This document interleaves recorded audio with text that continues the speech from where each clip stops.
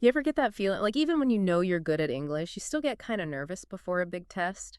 Oh, yeah, definitely. So today we're diving into that whole experience, looking specifically at the IELTS. Right, the big one. Exactly. Yeah. The International English Language Testing System. Yeah, it's a huge deal for people who want to study, work, or even move to places where English is the main language. For sure. It's basically a passport to a whole world of opportunities. I like that, a passport.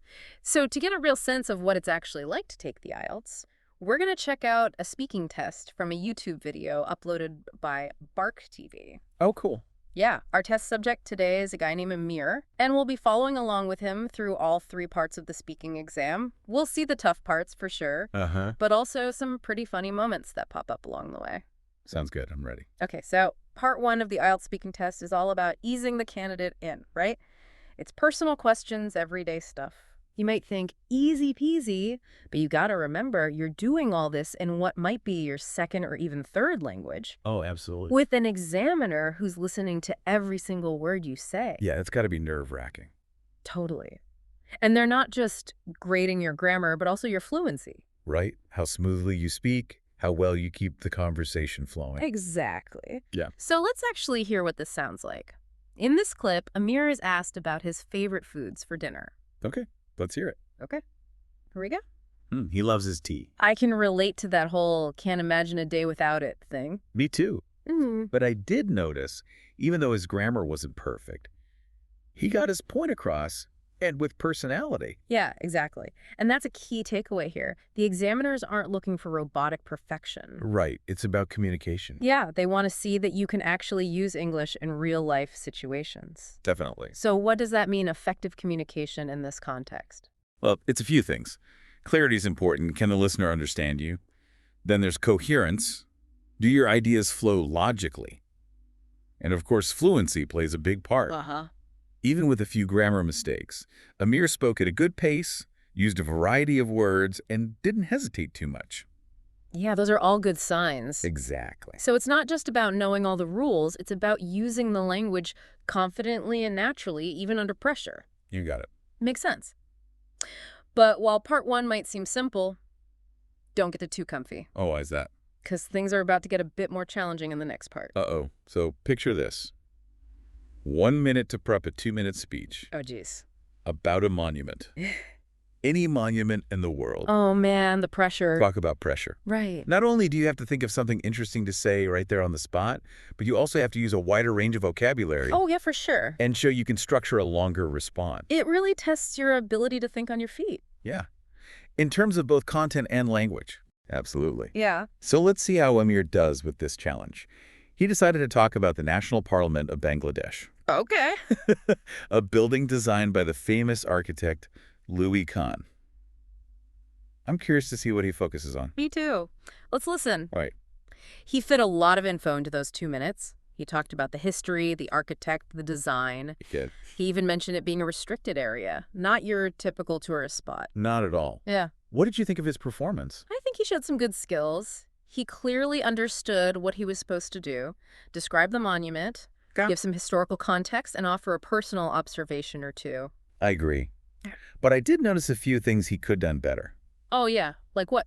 What, like when he said the parliament is a symbol of democracy for Bangladeshi people. Right. It's a good idea, but it would have been stronger if he'd explained why it symbolizes democracy. I see. What about the building or its history makes it that way? Adding those details would make his answer even better. You're right. It's not just about listing facts. It's about weaving them into a story that makes sense. Exactly. But even though his grammar wasn't perfect, he got his main ideas across. Yeah. And that restricted area comment made me laugh. Yeah, it's funny. You wouldn't think a huge monument would have places you can't go. Right. It shows that even in these formal situations, a little bit of humor or personality can come through. Definitely. And I think the examiners like that.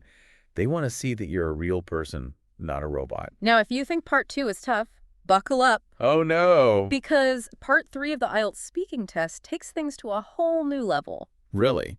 This is where it gets interesting. Part 3 is where they really make you think, you know? Oh, yeah. Yeah, in the IELTS speaking test, they ask you to give your opinions Hmm. on more like abstract ideas related to the topic from part 2. I see. So instead of just describing a monument, they might ask you about the role of monuments in society, Okay. or like the challenges of preserving old buildings. Interesting. So it's not just about describing stuff anymore. Yeah, right. It's about analyzing and evaluating things. Gotcha. The examiners want to see if you can explain complex ideas. Yeah. Support your opinions with reasons and examples, Uh-huh. and like really get into a deeper discussion. Exactly. Let's see how Amir handles this. In this clip, the examiner asks him why he thinks statues of famous people exist. That's a good question. It makes you think about like the purpose of these public displays. Right. Are they just for remembering people? Or do they teach us something? Yeah, or maybe they reflect the values of a certain time period. Ooh, that's interesting.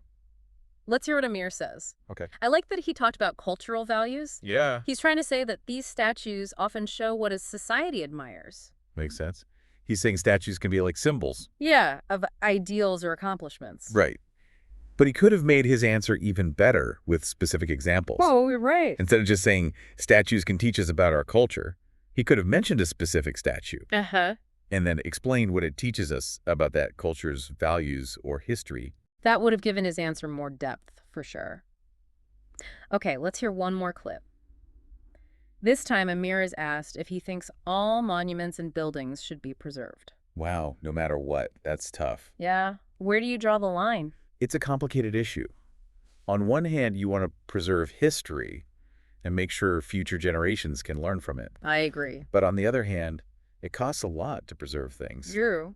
And some monuments might represent people or events that are controversial. Ooh, that's a good point. Let's see what Amir says. Right. He has a good point about monuments representing a culture's history. He really cares about preserving the past. He does. Yeah. But I wonder if he thought about the other side of the argument. Yeah, the examiner wants to see if you can think critically and consider different points of view.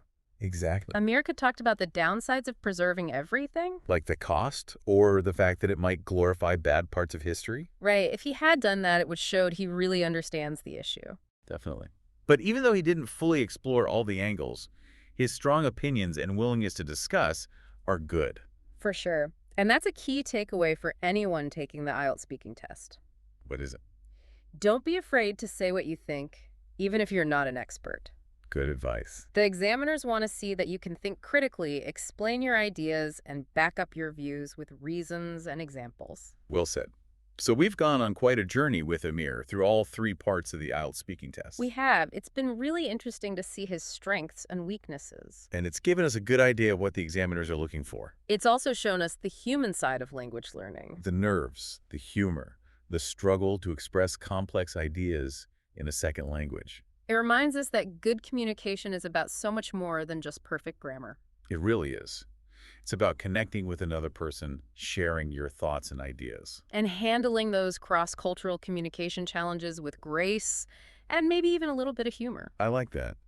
And with that in mind, I have one last question for you. Okay. If you were an IELTS examiner, what would you look for in a candidate besides just grammar? What would impress you? That's a great question to think about. It really makes you consider what it means to communicate effectively. Thanks for joining us on this deep dive into the IELTS. It's been fun. We hope you found it helpful and maybe even a little inspiring. Yeah. Until next time.